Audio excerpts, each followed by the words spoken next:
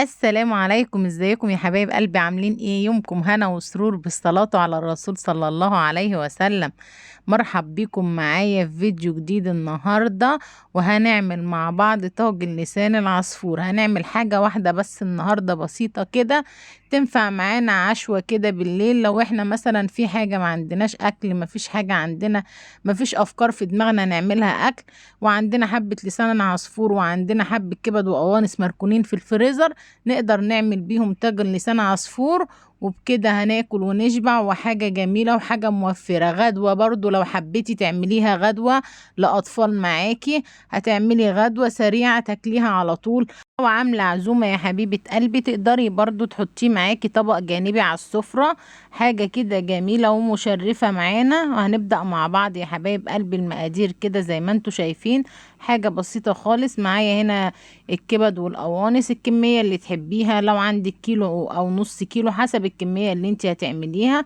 وهنا معايا كيسين من لسان العصفور، ومعايا شوربة. هنا انا ما كانش عندي شوربة، فعملت انا شوربة بنفسي كده. معلقة صلصة على مكعب مرقة على معلقة سمنة، وعملت بيها شوربة للسان عصفور. يعني احنا مش هنحتاج اكتر من كوباية واحدة، ومعلقتين صلصة كده زي ما انتوا شايفين كده، بعد ما حمرت صينية اللسان العصفور اللي انتوا شايفينها كده. وهنبدأ مع بعض يا حبايب قلبي كده نعمل طاجن اللسان العصفور الجميل اللي هتعشقوه. اول ما تعملوه مش هتبطلوا تعملوه، وهتعتمديها معاكي يا حبيبة قلبي في كل عزوماتك. هي بصراحة وجبة جميلة جدا جدا جدا. هنبدأ مع بعض كده نعمل مع بعض الطاجن اللسان العصفور بالتركات بتاعتنا وبتكاتنا الجميلة اللي انتوا متعودين عليها معانا. انت لو مش حابة تحمري اللسان العصفور في حتة سمنة كده، تقدري تحطيه على صاج وتدخليه الفرن. ولو عندك مكرونة وبتحمري مكرونة برضو عشان ما توجعيش ايديكي في التقليب فيها، تقدري برضو تحطيها على صاج وتدخليها الفرن وتتابعيها. اهم حاجة تتابعيها، وهتطلعي المكرونة او اللسان عصفور او الشعرية، الحاجة اللي انت حابة تحمريها من المعجنات، تقدري تحطيها في الفرن وتحمريها على طول، وهتطلع معاكي زي الفل زي كده، وهتطلع معاكي كلها لون واحد.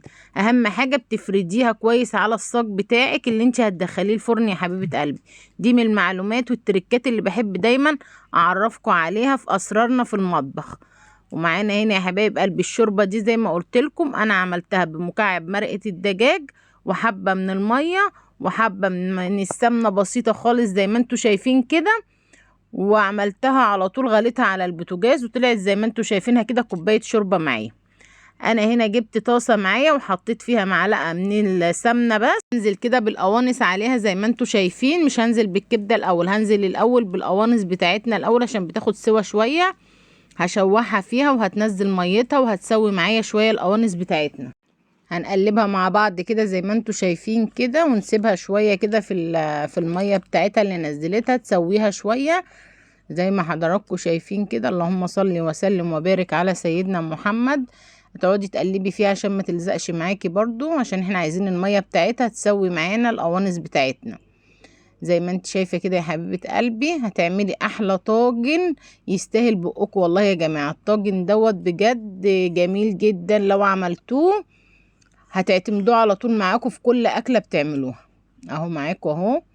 هننزل عليها بنص كوباية من المية علشان خاطر عايزين القوانص بتاعتنا دي تستوي كويس. وهنسيبها بقى شوية كده، وننزل عليها يا حبايب قلبي بمعلقة من الفلفل الاسود كده، ورشة من الملح بسيطة. القلب بتاعنا بتاع القوانص ده يا جماعة بتفتحيه نصين عشان بيبقى فيه دم. اهم حاجة يا حبيبة قلب الجماعة البنات الجداد اللي هم لسه بيخشوا المطبخ جديد، القلب بتاع القناصة ده يا حبيبة قلبي يا صغيرة انتي، بتفتحي القلب دوت كويس وتطلعي الدم اللي فيه وتنضفيه كويس، علشان خاطر دوت فيه خطورة جدا على صحتنا لو سيبناه وكلناه كده ايه زي ما هو. بتفتحيه يا حبيبة قلبي وتطلعي كل الدم اللي فيه، بيبقى متجمد كده ومتجلط. بتطلعي يا حبيبة قلبي الدم اللي فيه دوت وتنضفيها كويس، وبعدين تستخدميها. والقوانص نفس النظام، والكبد يا جماعة والقوانص دي عصرة ليمون وحبة خل، ونحط عليهم معلقة من الطحينة وندوبهم ونحطهم في المحلول شوية. دي اهم حاجة في الكبد والقوانص في النظافة بتاعتهم. زي ما انتوا شايفين معايا كده يا حبايب قلبي، هنزل بالكبدة بعد ما القوانص استوت معايا. هشوح الكبده معايا شويه كده زي ما انتوا شايفين كده. انا معايا لسان عصفور، انا حمرته زي ما وريتكم كده. حمرت اللسان عصفور على جنب وحطيت عليه معلقتين الصلصه اللي هما اللي انا هشتغل بيهم. هو مش هياخد معاكي زياده عن معلقتين صلصه. حابه تعملي قوطه فريش بتركنيها على جنب ونحطها برضو. هقولك على ازاي تحطيها وتستعمليها. لو ما عندكيش صلصه هقولك تعملي ايه. معاكي يا حبيبه قلب الكبده كده نزلنا بيها، هنسيبها تاخد الصدمه بتاعتها عشان مش عايزينها تنزل ميه كتير.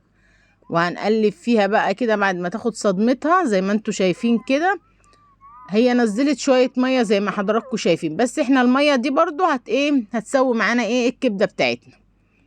بس هي ملهاش اي ريحه زفره خالص. لو عملتيها بنفس الطريقه اللي انا بقولك عليها وغسلتيها بنفس الطريقه يا حبيبه قلبي مش هتشمي ريحه زفره خالص للكبد والقوانص اللي احنا متعودين ان احنا نشمها. اهم حاجه غسيل الكبد والقوانص دوت. اهم حاجه في الطحينه والليمون والخل وملح الليمون لو عندك، وتضربيهم كده تمام التمام كده، وتغسليهم كده قد 10 دقايق عشان خاطر الزفره كلها تروح معاكي كده. خلاص انا خلصت معاكم يا حبايب قلبي الكبد والقوانص كده اتشوحت خالص اهي زي ما انتوا شايفين. هنبدأ بقى نشوف الطاجن بتاعنا الجميل ده هنعمل فيه ايه. معاكم كده اهو هنقلبه بالصلصة بتاعته كده ياخد تشويحة. لو انتي بقى عندك قوطة فريش بعد ما بتشوحي كده اهو وبتنزلي بالكبد والقوانص بتبقى القوطة فريش. بس اهم حاجة ما تحطيش للقوطة مية، يعني تضربيها وهي صحيحة بس. مش عايزين مية كتيرة في القوطة. لو هتضربي قوطة مش هتحطي صلصة. بتحطي يا حبيبة قلبي القوطة في الخلاط من غير مية وبتضربيها وبتنزلي عليها على اللسان عصفور وعلى الكبد والقوانص. انا هنا عشان عندي صلصة شوحتها اهي مع اللسان عصفور وهنزل عليهم بالكبد والقوانص وهنقلب مع بعض كده. واللهم بارك أكلة اللهم بارك بجد جميلة جدا جدا وهتحبوها.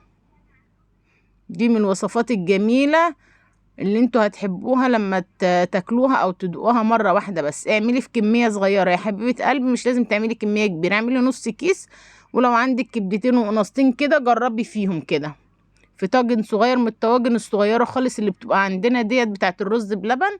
تقدري تعملي طاجن صغير كده وتجربي فيه.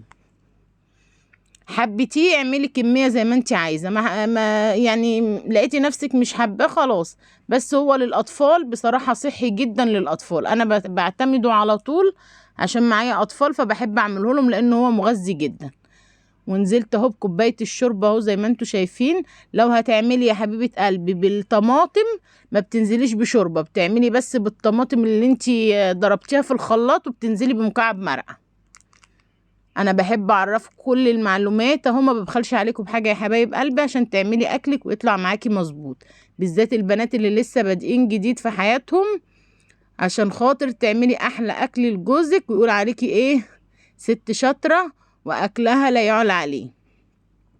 معايا كده يا حبايب قلبي نزلت بحبه شوربه كمان. هو اللسان عصفور اصلا هو غلوه واحده بس. هو سوى اللسان عصفور يا حبايب قلبي حتى لما تعمليه من غير حاجه خالص وهتعمليه شوربه هو بياخد غلوه وبتقفلي عليه النار علشان خاطر ما يعملش معاكي يزيد معاكي ويبقى طري ومش هتحبيه. احنا يا دوبك بننزل بالشوربه تاخد غلوه وبتقفلي عليه عشان يبقى هو اسمه شوربه لسان عصفور. مش هياخد معاكي سوى كتير. ولما تدخليه الفرن هتدخليه يا حبيبه قلبي على برضو 10 دقايق بالظبط. اهو يا حبايب قلبي كده هياخد معايا غلوة واحدة بس وهنزله. مش هياخد اكتر من كده. وحطينا ده ما حطيتش فيه بهارات. انا ما حطيتش الا فلفل اسود بس. حابه تحطي بهارات فراخ مفيش مشكله، بس انا حابه الاكله دي بحبه فلفل اسود بس. اهو يا حبايب قلبي زي ما انتوا شايفين كده خلاص خلصناها معانا كده. هنلفها بالورق الفويل وندخلها الفرن. لفيها لفه كويسه كده عشان تحتفظ بالبخار بتاعها اللي هيكمل لك سواها خالص ويشرب الشوربه بتاعتنا دي. وبعدين ندخلها في الفرن على درجه حراره 170 علشان خاطر ما يتحرقش معاك، يعني 160 170 عشان ما نحرقش معانا اللسان عصفور.